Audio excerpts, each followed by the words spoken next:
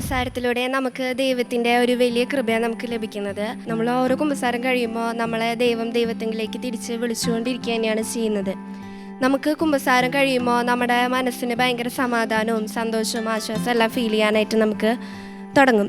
നമ്മുടെ കുമ്പസാരത്തിൽ അന്ന് വരെ ഉണ്ടായിരുന്ന നമ്മുടെ പാപത്തിനെ പറ്റിയുള്ള നമ്മുടെ കുറ്റബോധം, അന്ന് വരെയുള്ള മനസ്സിലുണ്ടായിരുന്ന കുറ്റബോധം എല്ലാം ആ ഒരു നിമിഷം കുമ്പസാരിച്ച് കഴിയുമ്പോൾ നമ്മുടെ മനസ്സിൽ നിന്ന് അതൊക്കെ പോവും. നമുക്ക് ഭയങ്കര സന്തോഷമൊക്കെ ഫീൽ ചെയ്യും. പിന്നെ പണ്ടത്തേനേക്കാളും കൂടുതൽ ഉന്മേഷവും സന്തോഷമുള്ള ആൾക്കാരൊക്കെ ആയിട്ട് നമുക്ക് കൂടുതൽ വർക്ക് ചെയ്യാനൊക്കെ ആയിട്ട് പറ്റും. പിന്നെ അതുപോലെ നമുക്ക് കുമ്പസാരം കഴിയുമ്പോൾ ദൈവത്തിൻ്റെ ഇതിന്ന് തിന്മകൾക്കൊക്കെ എതിരായിട്ട് ദൈവത്തിൻ്റെ കയ്യിൽ നിന്നൊരു പ്രത്യേക തരത്തിലുള്ള ഒരു പ്രൊട്ടക്ഷൻ ലഭിക്കുന്ന പോലെ നമുക്ക് തോന്നും.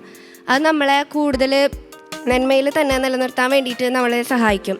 കുമ്പസാരത്തിലൂടെ നമ്മൾ ദൈവവുമായിട്ട് മാത്രമല്ല അനുരഞ്ജനപ്പെടുന്നത്, നമ്മൾ മറ്റുള്ളവരോടും കൂടിയിട്ടാണ് നമ്മൾ അനുരഞ്ജനപ്പെടുന്നത്.